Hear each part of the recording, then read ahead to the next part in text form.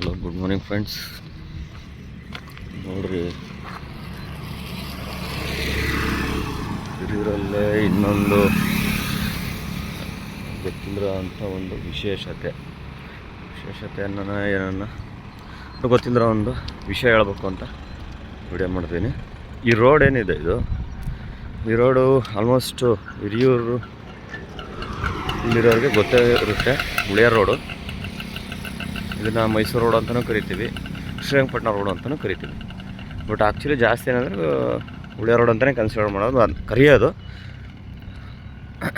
ಇಲ್ಲಿನ ಲೋಕಲ್ ನಾವೇನಿದೀವೋ ಜನ ಇದನ್ನು ಉಳಿಯಾರ್ ರೋಡ್ ಅಂತ ಕರಿತೀವಿ. ಈ road direct Ballari to Mysuru, ಇಲ್ಲ ಇಲ್ಲಿಂದ ಡೈರೆಕ್ಟ್ ಮುಂದಕ್ಕೆ ಹೋದರೆ ಚಿತ್ರದುರ್ಗಕ್ಕೂ ಹೋಗುತ್ತೆ. ಇದರಲ್ಲಿ ಏನಪ್ಪ ವಿಶೇಷತೆ ಐತೆ ಅಂತ ಅಂದ್ಕೋಬೋದು. ಏನು ವಿಶೇಷತೆ ಐತೆ ಅಂದರೆ, ಈ ರೋಡು ಮಾಡಿಸಿದ್ದು ಯಾರು ಗೊತ್ತಾ? ಟಿಪ್ಪು ಸುಲ್ತಾನ್. ಶ್ರೀರಂಗಪಟ್ಟಣ ಟು ಚಿತ್ರದುರ್ಗಕ್ಕೆ ರೋಡ್ನ ಕನ್ಸ್ಟ್ರಕ್ಟ್ ಮಾಡಿದ್ದು. ಅಂದರೆ ಯಾವುದೇ ಒಂದು ಜನಗಳಿಗೆ ಹೆಲ್ಪ್ ಆಗಲಿ ಅಂತನೋ ಅಥವಾ ಯಾವುದೋ ಒಂದು ಇದಕ್ಕೋಸ್ಕರ ಅಂತ ಅಲ್ಲ. ಆಗಿನ ಟೈಮಲ್ಲಿ ಚಿತ್ರದುರ್ಗಕ್ಕೆ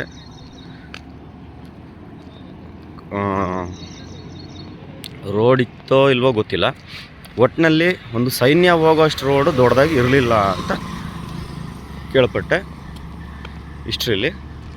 ಸೊ ಚಿತ್ರದುರ್ಗಕ್ಕೆ ದಾಳಿ ಮಾಡಬೇಕಿತ್ತಲ್ಲ ಟಿಪ್ಪು ಸುಲ್ತಾನು, ತನ್ನ ಸೈನ್ಯವನ್ನೆಲ್ಲ ಕರ್ಕೊಂಬರೋಕ್ಕೋಸ್ಕರ. ಅಂದರೆ ಈಗ ಡಬಲ್ ರೋಡ್ ಆಗೈತೆ, ಆವಾಗ ಡಬಲ್ ರೋಡ್ ಇರಲಿಲ್ಲ, ಸಿಂಗಲ್ ರೋಡೇ ಇದ್ದಿದ್ದು. ಅದು ಮಡ್ ರೋಡ್ ಇತ್ತು.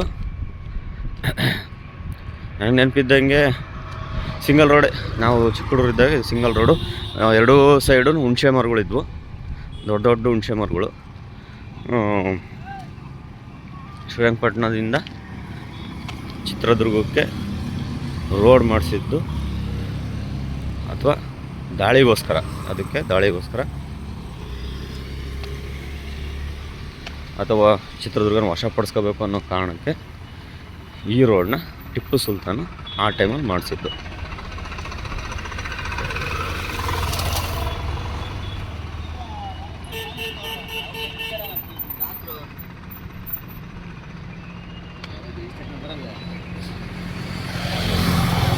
ಇದು ಎಷ್ಟು ಮಟ್ಟಿಗೆ ಎಲ್ರಿಗೂ ಗೊತ್ತಾಯ್ತು ಅಥವಾ ಗೊತ್ತಿಲ್ವೋ ನನಗೆ ಗೊತ್ತಿಲ್ಲ. ಮೊನ್ನೆ ಇದನ್ನು ಎಲ್ಲ ಓದಿದ್ದೋ ಅಥವಾ ಎಲ್ಲ ಕೇಳಿದ ನೆನಪು. ಡೈರೆಕ್ಟ್ ಈ ರೋಡು ಅಷ್ಟೇ, ಡೈರೆಕ್ಟ್ ಶ್ರೀರಂಗಪಟ್ಟಣಕ್ಕೆ ಡೈರೆಕ್ಟ್ ಹೋಗುತ್ತೆ, ಎಲ್ಲೂ ಕ್ರಾಸು ಕಟ್ಟು ಏನೂ ಇಲ್ಲ, ಡೈರೆಕ್ಟ್ ಶ್ರೀರಂಗಪಟ್ಟಣ. ಸೊ ಆಗಿನ ಟೈಮಲ್ಲಿ ಚಿತ್ರದುರ್ಗಕ್ಕೆ ತನ್ನ ಸೈನ್ಯವನ್ನು ಪೂರ್ತಿಯಾಗಿ ಕರ್ಕೊಂಬರ್ಬೇಕು ಅನ್ನೋ ಕಾರಣಕ್ಕೆ ಈ ರೋಡನ್ನ ಮಾಡಿಸಿದ ಯಾರು? ಟಿಪ್ಪು ಸುಲ್ತಾನ್.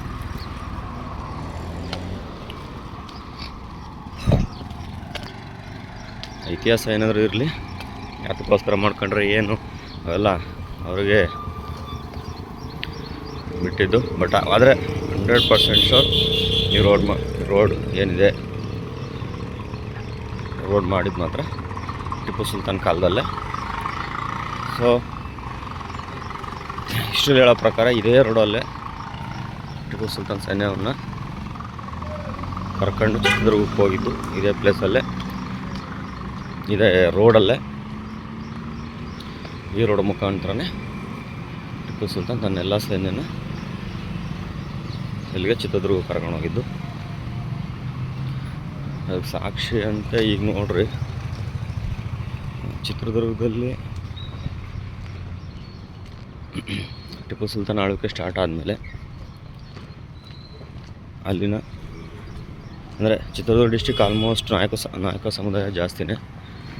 ಸೊ ಇಲ್ಲಿನ ನಾಯಕ ಸಮುದಾಯನ ನಾವು ಮೈಸೂರಲ್ಲಿ ನೋಡ್ಬೋದು, ಅದು ಎಲ್ಲಿ? ಚಾಮುಂಡಿ ಬೆಟ್ಟದಲ್ಲಿ. ಇಲ್ಲಿನವರೇ ಅಲ್ಲ.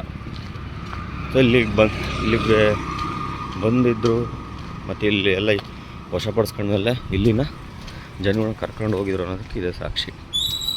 ಸೊ ಈ ರೋಡಿನ ವಿಶೇಷತೆ ಇಷ್ಟೇ. ಇದು ಶ್ರೀರಂಗಪಟ್ಟಣ ಟು ಚಿತ್ರದುರ್ಗ ರೋಡನ್ನ ಕಟ್ಸಿದ್ದು ಅಥವಾ ಮಾಡಿಸಿದ್ದು ಅಂತ ಟಿಪ್ಪು. ಅದೇ ಇನ್ನು ಹೇಳ್ಬೇಕು ಅನ್ನಿಸ್ತು, ಅದಕ್ಕೋಸ್ಕರ ವಿಡಿಯೋ ಮಾಡಿದೆ. ನೆಕ್ಸ್ಟ್ ವಿಡಿಯೋದಲ್ಲಿ ಸಿಗ್ತೀನಿ. ಬಾಯ್.